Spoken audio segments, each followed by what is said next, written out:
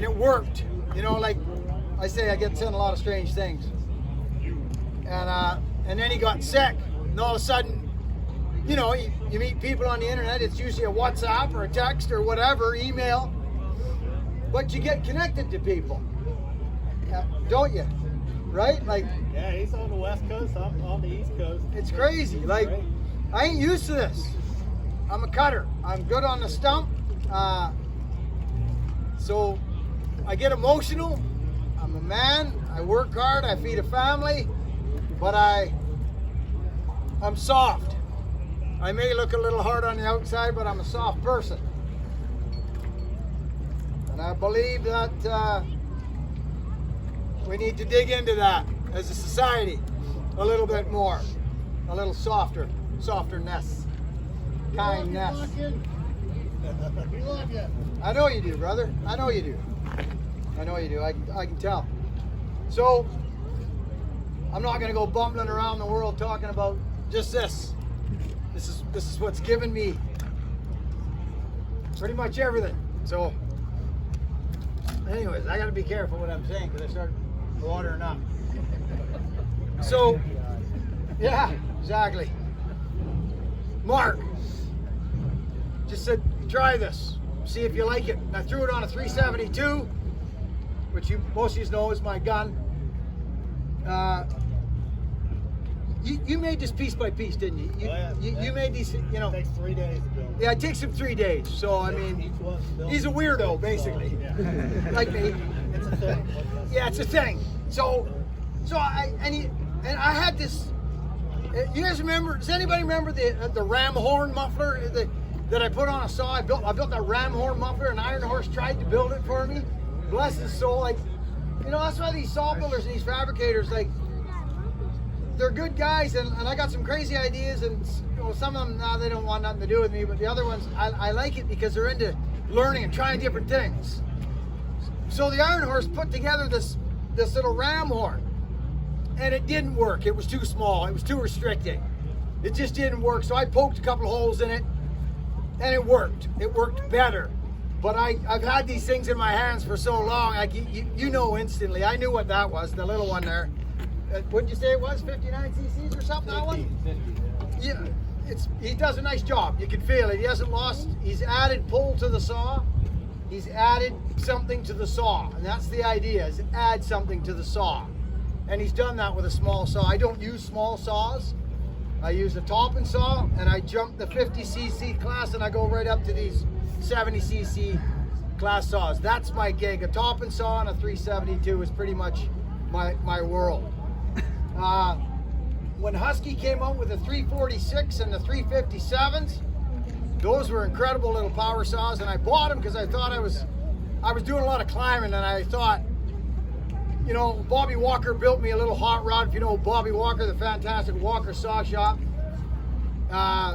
just a wonderful family on Vancouver Island, and I thought I could use it as a chunk out saw, but I was so used to using the 70 cc for chunking trees out, that I ended up leaving the 57 cc saws alone, even though they were hot rodded and that.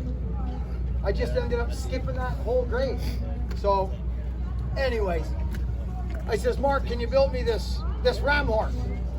So most of you have seen it on the channel. It worked. I knew it would work. I'm just not a welder and a fabricator. If you haven't seen it, I'll see if I can pull out a picture of it. It's nuts.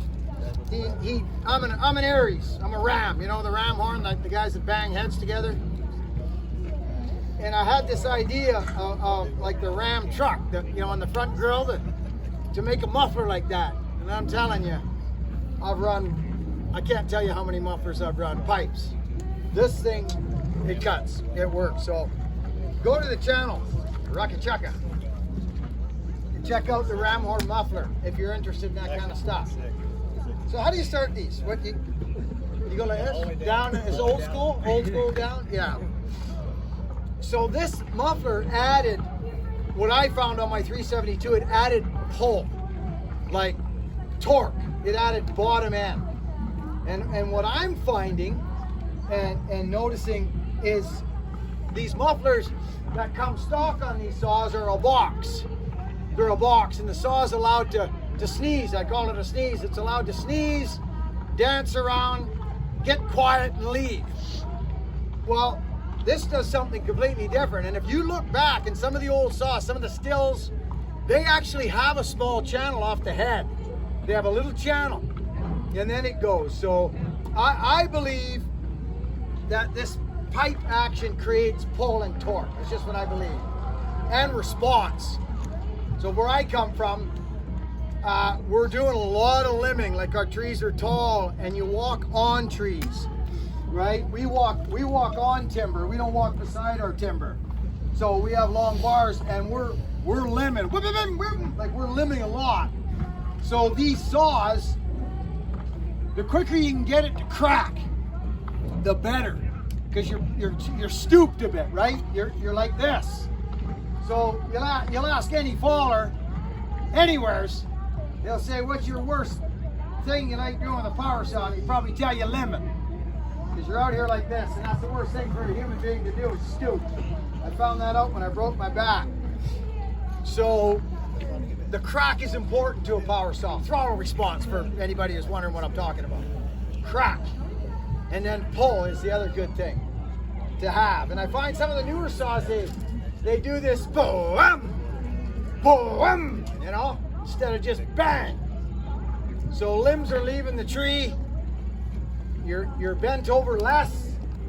So this is where this has come from for me.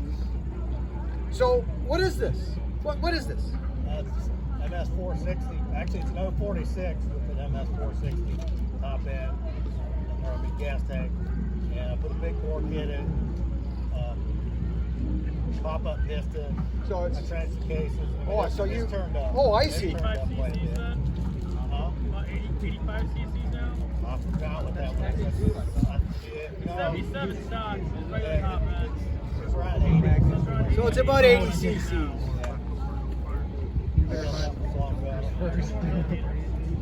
Thanks for cleaning the logs, fellas. Whoever was cleaning logs, that's a big help.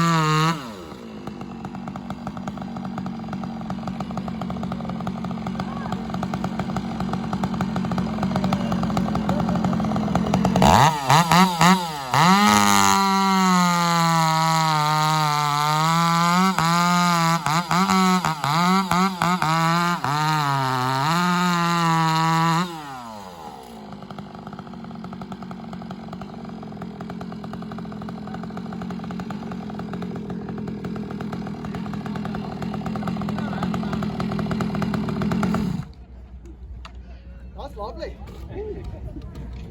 So, but these mufflers work.